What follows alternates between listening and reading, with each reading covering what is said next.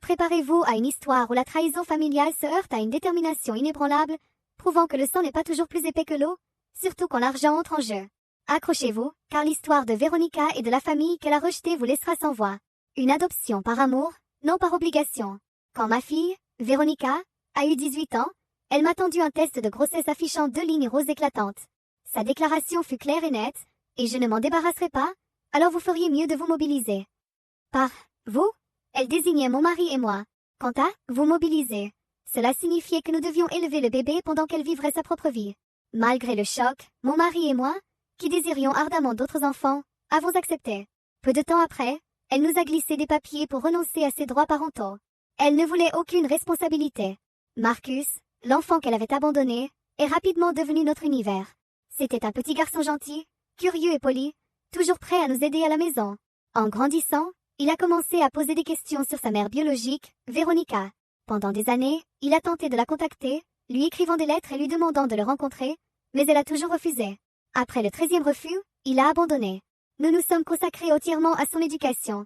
Nous avons dépensé toutes nos économies pour ses études et ses vacances, veillant à ce qu'il ne se sente jamais comme un plan B. À l'université, il a cessé de parler d'elle. Véronica, quant à elle, n'a jamais posé de questions sur lui. Elle a déménagé à l'autre bout du pays, s'est remariée et nous a bloqués sur toutes les plateformes. Ce fut un soulagement, honnêtement. Un tournant inattendu et une révélation choquante. Entre-temps, Marcus a abandonné ses études pour lancer une entreprise de nettoyage mobile avec des amis. Il a connu un succès florissant et s'est montré incroyablement généreux, insistant pour nous reverser 15% de ses gains à titre de remboursement. Nous n'en voulions pas, mais il était têtu. Il a même rencontré une femme merveilleuse, Nicole, qui partageait sa chaleur d'âme. Puis, vint le dîner de Thanksgiving. Un appel est arrivé pendant le repas. Marcus a répondu sur haut-parleur. C'était Véronica. Son ton était mielleux, lui demandant de le rencontrer. Il a été bref et ferme, puis a raccroché. Nous lui avons proposé de l'accompagner s'il acceptait de la voir, et il a accepté. Au restaurant, Véronica ne l'a pas pris dans ses bras, ni demandé comment il allait. Elle a directement demandé quel est le budget du repas, et a commandé des raviolis au homard et du vin. Elle a fait semblant de s'extasier sur Nicole sur l'écran de verrouillage de son téléphone, puis a demandé nonchalamment 14 000 $ pour réserver un appartement. Je t'enverrai mes coordonnées bancaires avant le week-end. J'étais sur le point d'exploser quand Marcus m'a pincé la main sous la table. Puis il a calmement sorti son téléphone et lui a montré une photo, un document.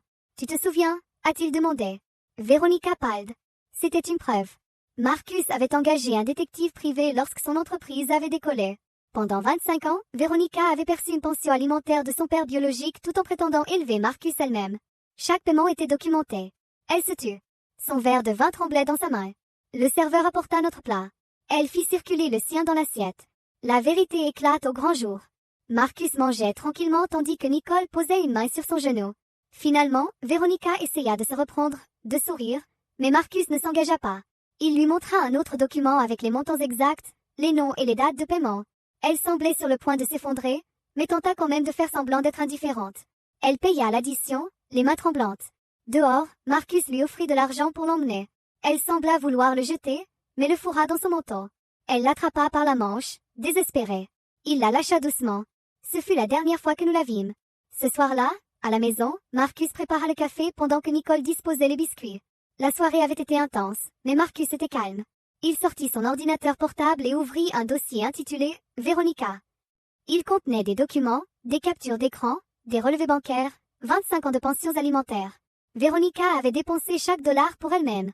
Ses vacances, ses achats de luxe, ses restaurants. Pas un centime n'était allé à Marcus. Son père biologique croyait l'aider à élever son fils. On lui avait dit que Marcus vivait avec Véronica depuis toujours.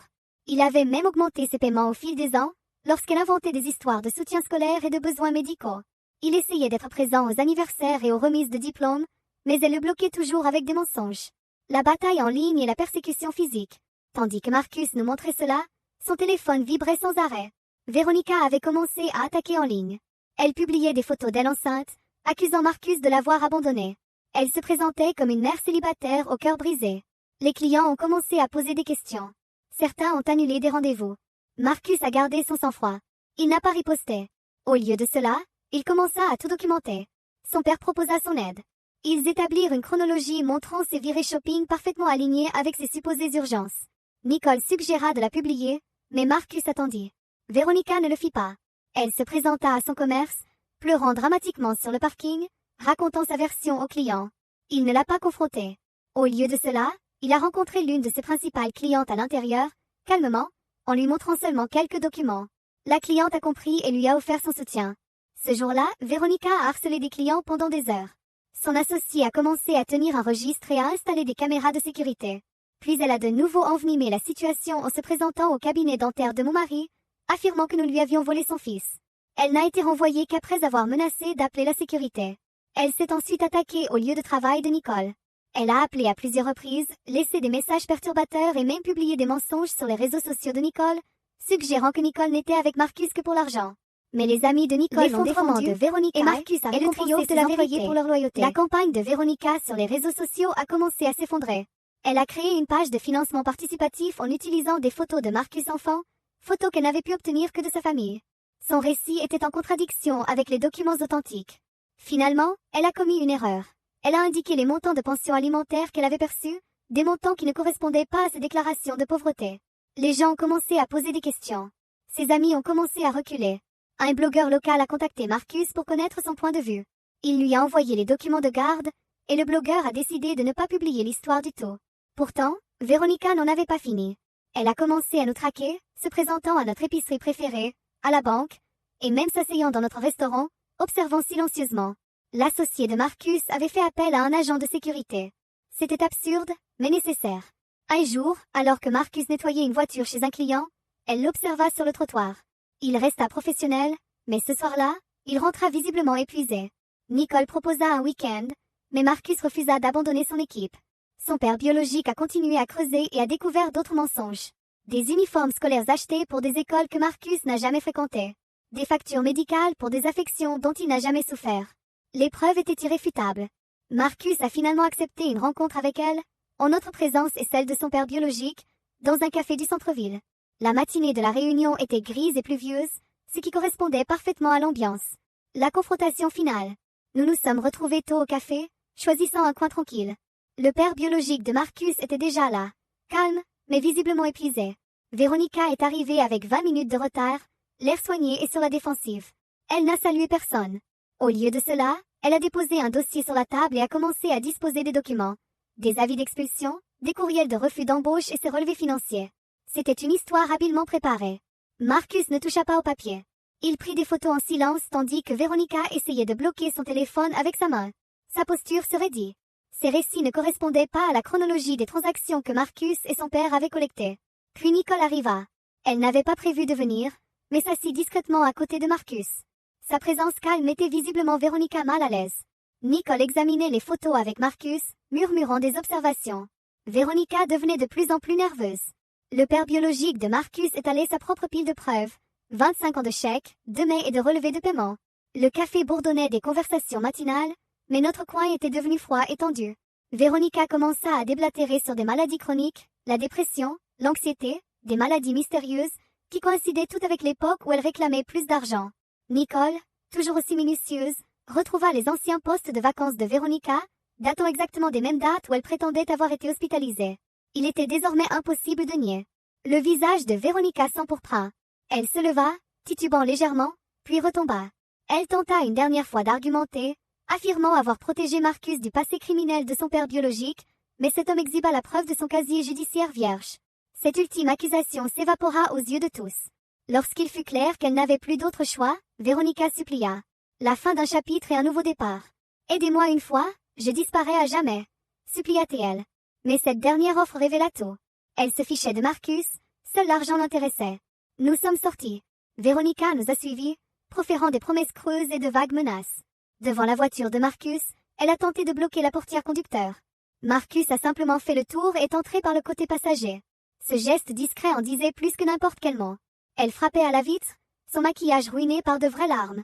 Nous sommes partis, la regardant s'effondrer à genoux sur le parking derrière nous. Pendant des jours, le silence.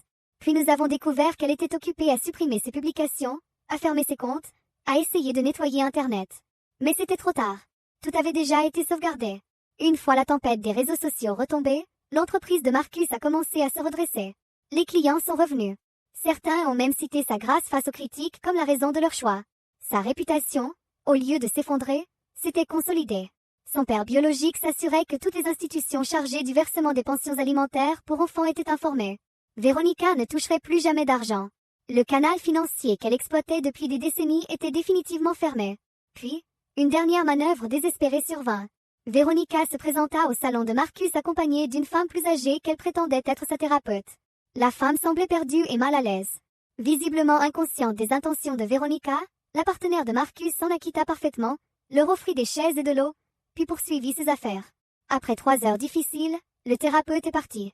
Véronica est restée jusqu'à la fermeture, espérant une attention qui n'est jamais venue. Ce soir-là, le père biologique de Marcus a appelé pour lui donner le décompte final.